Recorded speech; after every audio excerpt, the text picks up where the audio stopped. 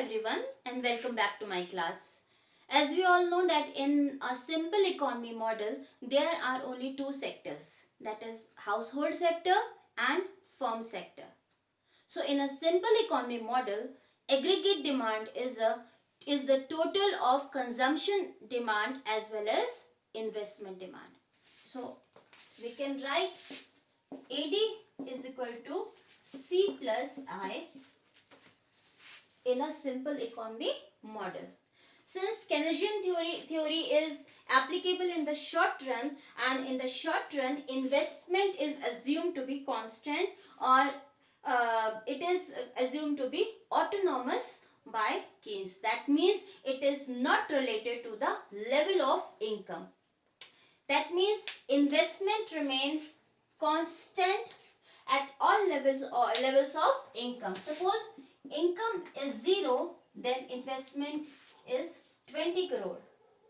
If income is 100 crore, then also investment is 20 crore. If income increases to 200 crores, then also the level of investment remains constant at 20 crore. That means investment is not at all related to the level of income.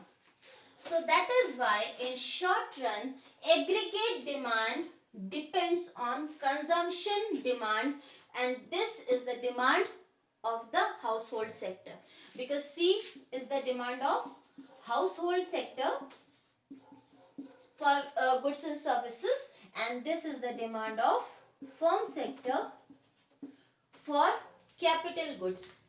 So in short run, aggregate demand is a function of consumption demand, and consumption demand depends on several factors like rate of interest, price level, stock of wealth, your habits, interest, everything.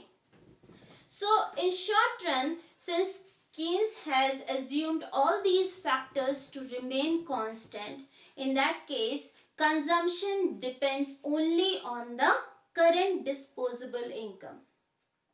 That means in short run, consumption is a function of income. Y is denoted as income in short run. So left hand side is the dependent variable.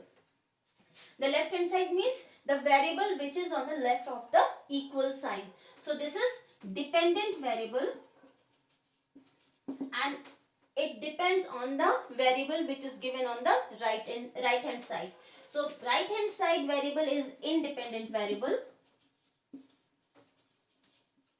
Now y is independent variable which depends on independent variable on which consumption is dependent. Now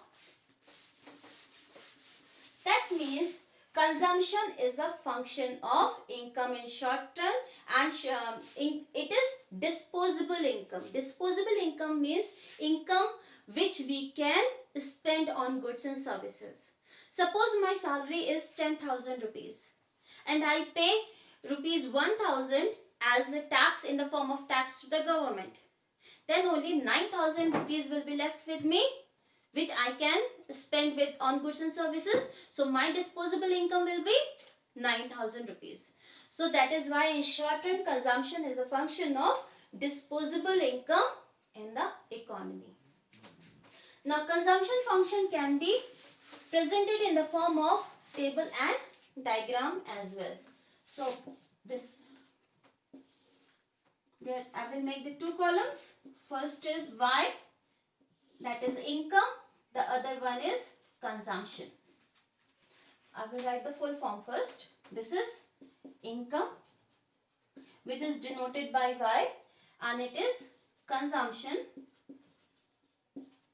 which is denoted by C. Now consumption function, C is a function of Y. That means consumption function shows that if a relationship between consumption and income. So this table will also show that is a relationship between consumption and income. Suppose the income level is 0. In that case, there will be some consumption in the economy which is known as autonomous consumption. Autonomous consumption means the consumption which is at the zero level of income. Now, if income rises to rupees 100, in that case consumption will also rise. Suppose it becomes 160. Now again income rises to 200. Consumption also increases to 240. Income rises to 300. Consumption increases to 320. Income rises to 400 and consumption also rises to 400. Income becomes 500. Consumption 480 and so on. Now, when we observe this table, I write one more level also, that is 600 income level, and that is 560. Now what happened? When income level is low, at lower level of income, consumption is more than income. Now when income is 0, consumption is 80, which is greater than income. When income is 100, consumption is 160, which is also greater than income. Here also 240 is greater than 200 and 320 is greater than 300. So, from 0 level of income to 300 level of income in this table, in this schedule, consumption is greater than income. Now, when income rises further, consumption also rises, and at 400 level of income, consumption is equal to income. Now after that, when our income rises more, consumption also rises, but it becomes less than income. That is, C is less than Y. Now we can present this schedule which is showing the relationship between consumption and income in the form of a diagram also.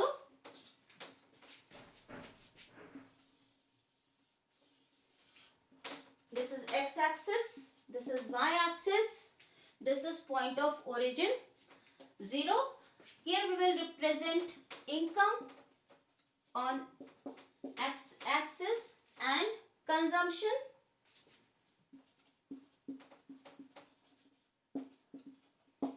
that is C on y-axis. Now what will, if we, first of all we will draw an income line. This is a 45-degree line. This is income line and this is the 45-degree line.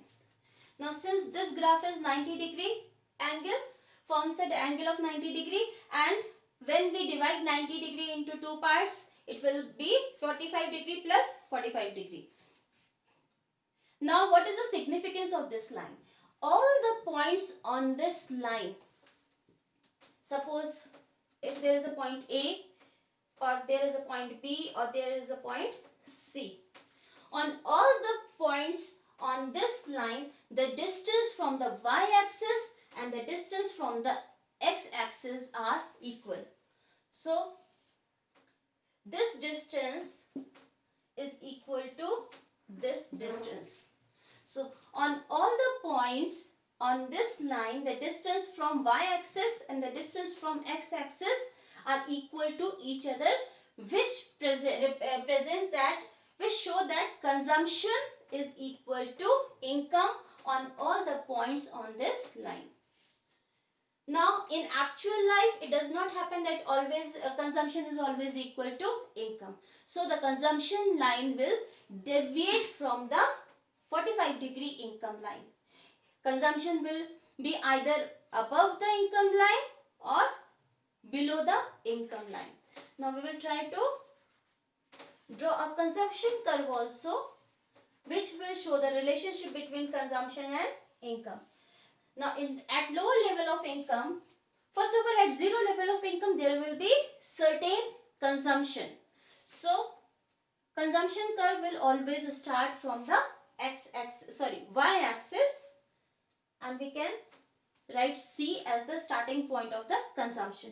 Now the distance between C and O is also known as C bar in NCERT books, or A is written in other books. So what is C bar or what is A? This is known as autonomous consumption, and autonomous consumption is the consumption which is at zero level of income. Now when our income will rise further, what will happen? Our consumption will also rise. Now with the rise in the income, consumption will also rise. That is why the consumption curve will move upwards. So now I'll draw a consumption curve which is moving upwards. This C line is the consumption curve.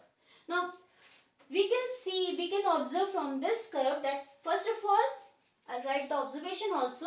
First of all, the starting point of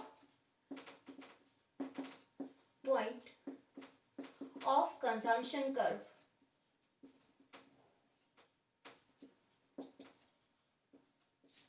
The starting point, the consumption curve will always start from y-axis due to autonomous consumption, and it is reflected in the table also, where 80 is the autonomous consumption at zero level of income. As the consumption rises, so income rises, consumption will also rise, but till point B, I'll write point B here, till the point B, consumption is greater than Y.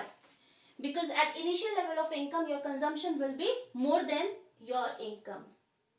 So consumption is greater than income, and it is also known as dis-saving. Because if you are spending more than your consuming more than your income, then from where you will consume? You will consume either from your past saving or from the savings of some other people. If you are a student, then you are consuming more than your income. You are not earning anything, but you are still consuming. So from where you are consuming? You will be consuming from the savings of your parents or the society. So that is why it is known as dis-saving. Now when your income increases, your consumption will increase further, and at point B, consumption equals income. That means at this point, I will draw a line here. That is YB. OYB level of at OYB level of income, consumption is equal to income. That means whatever you are earning, you are spending the whole amount. That means you are not saving anything, or even you are not dis-saving also. This point is known as break-even point.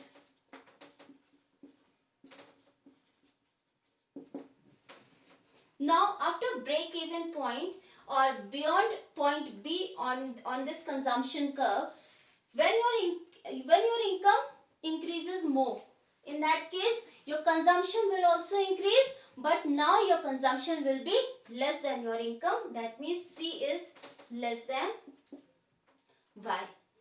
And this gap between income line, this is the income line and this is the consumption line. The gap between the income line and consumption line widens with the increase in income. That means as you move forward rightward on the x-axis, then the gap between C and Y curves are increasing. It is widening, and the gap between C and Y is known as saving, because now you will start saving a part of your income. So now by observing this table and this diagram, we can learn about the starting point of the consumption. Second is slope of CC curve, and the slope is positive slope, which reflects that C is a function of Y. That means with the increase in income, C will also increase. The third is dis-saving. That means at initial level of income, your consumption will be more than your income. That means you will be using the dis-saving, using the saving of the society. Now point 4 is break-even point. The point at which C is equal to Y and S is equal to 0. Whatever you are earning, you will be spending the whole amount. And point number 5 is saving. Now at high level of incomes, your consumption will be less than your income, and you will be saving a part of your income. Now Up to level of from 0 to 300 income level, C is greater than Y, and it is showing this saving in the table. Now at 400 level of income, consumption is also 400. That means consumption and income are equal to each other, and this is known as BEP, that is break even point. Now at 500 and 600 level of income, consumption is less than income. That is, it is the gap between C and Y is the saving. Now this is the linear consumption curve. Linear means a straight line consumption curve.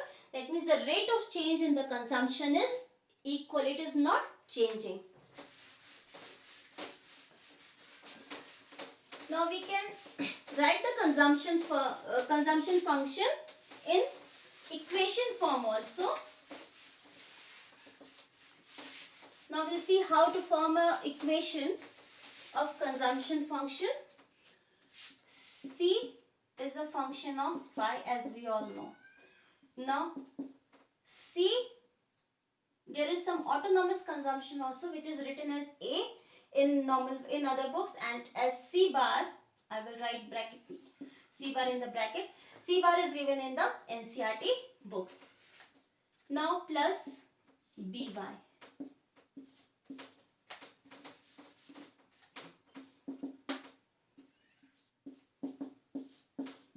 Now C bar or A is the autonomous consumption, which is the consumption at the 0 level of income.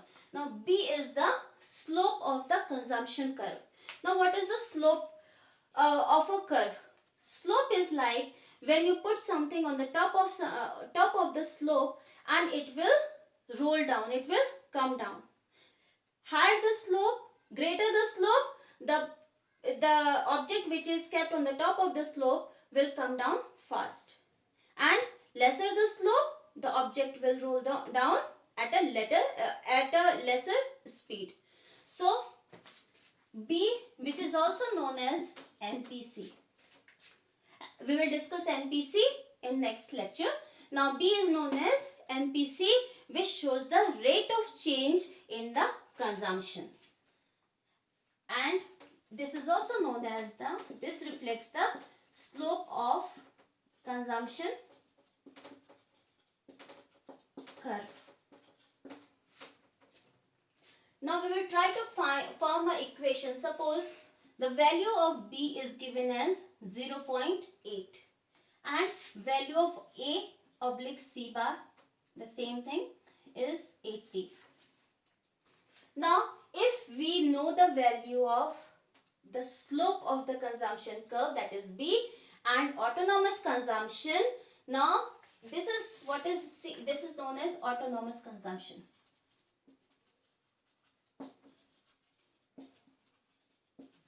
Now the value of autonomous consumption is given as